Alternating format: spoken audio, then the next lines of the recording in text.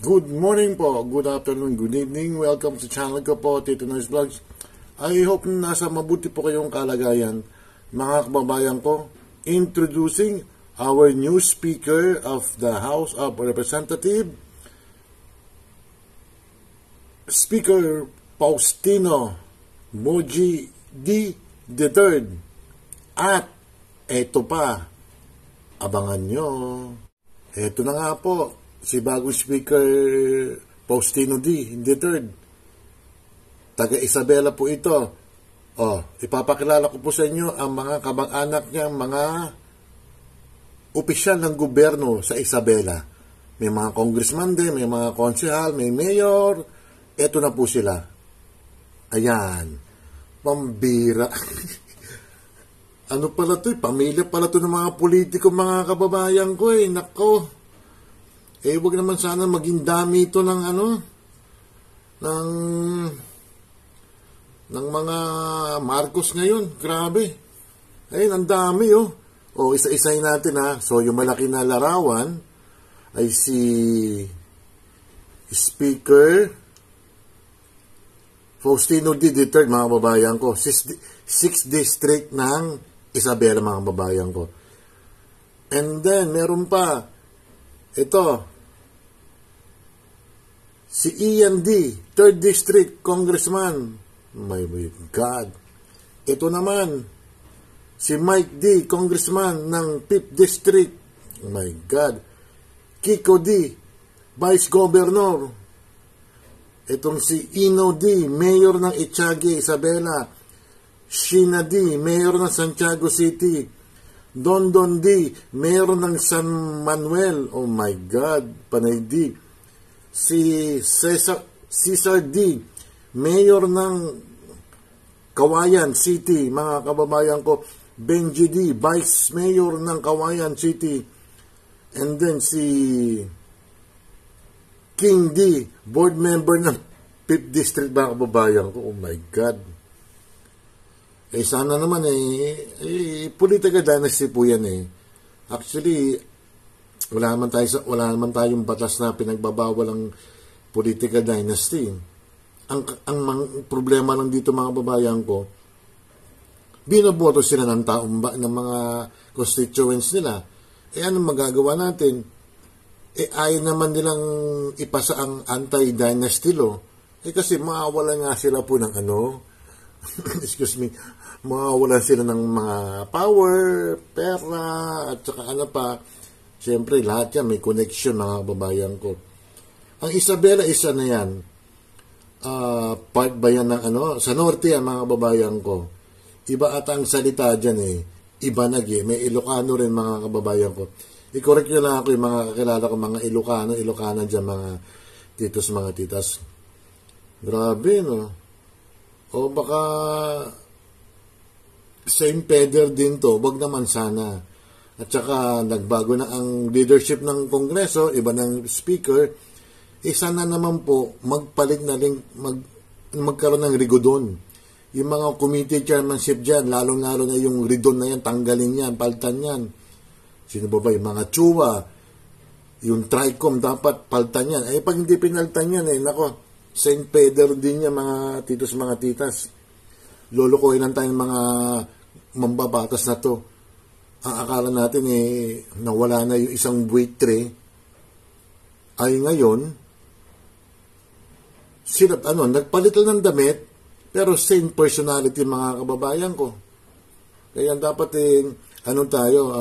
magmatsyag tayo, wag tayong basta-basta paloloko, mga kababayan ko.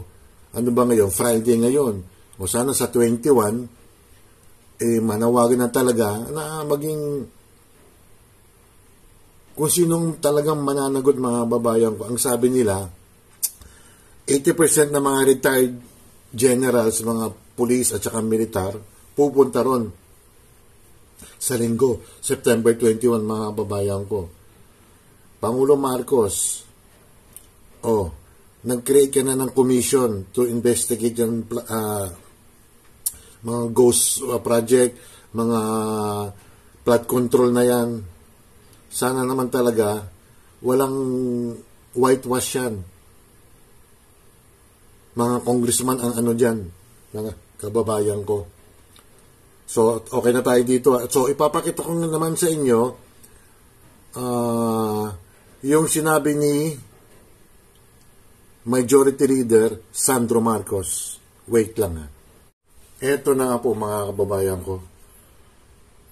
Ang sabi ni Majority Floor Leader ng Congress ngayon, na si Sandro Marcos, na ang sabi niya, I think he should come home and face the allegation against him.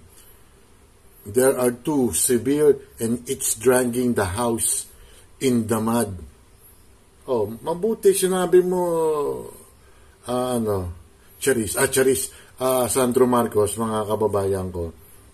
Totoo naman na yan si Saldico, mga kababayan ko, ay may kinalaman yan sa mga insertion. Diba? Ang sabi nga ni, pangalan nito, ni Congressman Marcos, mga babayan ko, kailangan siguro umuwi na si Saldico nga. Kasi ang sino ba nahihirapan dito, mga kababayan ko? Ang Kongreso rin. Kasi hindi pa rin tapos ang laban niya kahit umalis na nga si Tambaloslos, si Romualdez, minumulto pa rin siya. Minumulto pa rin sila, mga babayan. Kasi ang hinihingi ng taong bayan, yung ulo, kung sino talagang mananagot dyan. Ayan, sinabi ni Marcos nga, diretsahan nanawagan si House Majority Leader Sandro Marcos, yan, kay ako Bicolano pa naman. Bicolanong hilaw, mga kababayan ko, pero nakakaintindi ako ng Salitang Bicol, na umuwi na ng bansa at harapin ang mga alegasyon laban sa kanya. Kasi, mga kababayan ko, nadadawit si Konga sa anomalya ng mga flood control projects at sa insertions nga sa 2025 budget para sa ilang proyekto. Ngayon, yung 2025 budget, ang pinakababoy, winalang niya na budget history ng Kongreso, mga kababayan ko. Dahil yung appropriation chairman na si Saldico, di umano'y siya nag-insert, according to Congressman Toby Chanco, mga kababayan ko.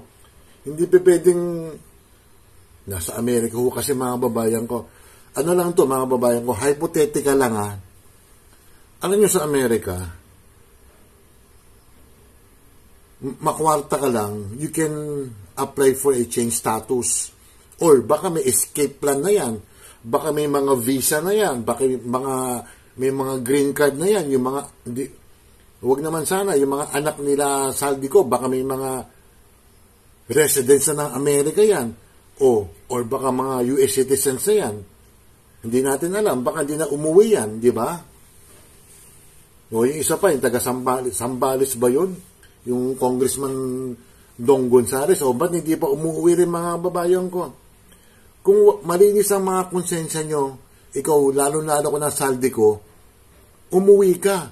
Patunayan mo na mali ang paratang sa'yo ng mga taong bayan or si Toby Chanco. Kaya yung nakinabang ng pera natin Ewan ko lang ngayon, ito ang 2026 budget natin, meron pa atang flood control project sana naman ibigay na yan talaga sa mga lehitimong kontraktor. At kayo na mga kontraktor kayo, kasi minsan talaga kalakaran daw nakakainis ka, mga kababayan ko huwag naman sanang ganito ang bayan natin. Laging ang systematic corruption ng nangyayari sa bayan natin. Hindi katulad sa ibang bansa, ang Singapore. Hindi ko lang alam kung perfecto ang Singapore, pero pag ang Singapore may nahuli sila nangungurakot, either tanggalin yan o ipakukulong ng habang buhay. Kaya ang Singapore po, ang bansang Singapore, first world country na yan. Hindi na third world country yan. Tayo, nasa third world country pa rin. Baka fourth pa nga tayo Naunahan nga tayo, baka maunahan tayo ng Myanmar, ng Vietnam. Malaysia talagang malayo tayo. Kasi ang bayan natin, talaga ang sistema, korupsyon.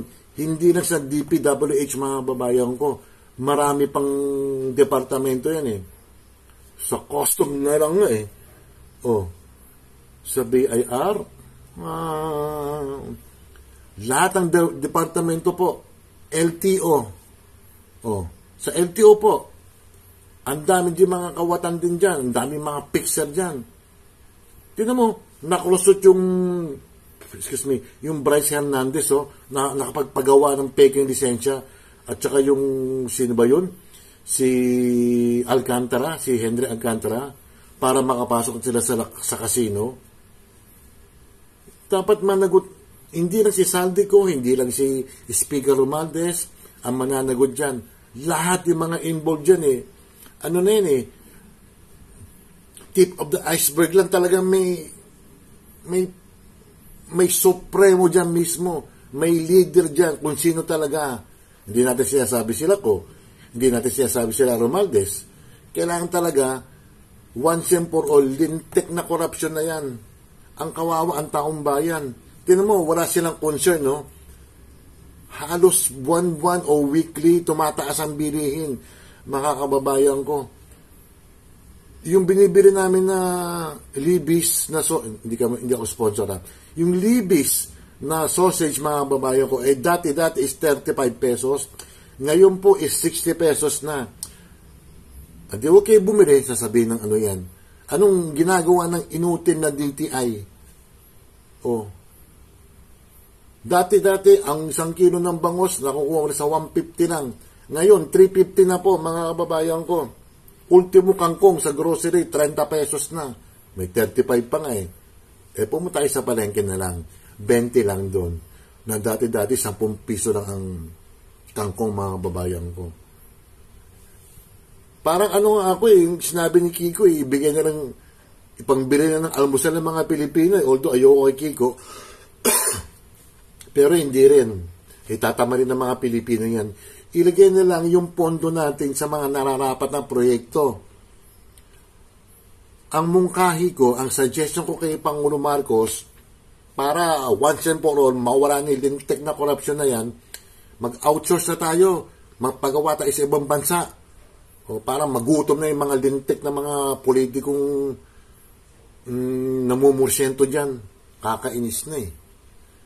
O yun ang mga babayan ko. Ang panawagan ni Sandro Marcos, si Majority Floor Leader, umuwi ka na, Saldico. Kung wala kang tinatago, kung malinis ang konsensya mo, uli ka na, Noy. Manoy, uli ka na. Diba? Kung bagay sa Bicol, uli is umuwi na, mga kababayan ko. O yun ang mga kababayan ko. Sa Monday po, i-discuss natin yung nangyari kay Curly Diskaya, mga kababayan ko. May nangyari sa kanya yung kahapon, yung Webes eh. I-discuss natin siya. Kaya, parang duda na, basta sa Monday, i-discuss natin po. Don't forget to like and subscribe po hit the bell notification para ma-update kayo sa aking mga video at saka pakishare lang po. At maraming salamat po sa aking, pinuri po ang aking kuko na tago natin sa pangalan Ate Ruby. Salamat po, ingat. Bye.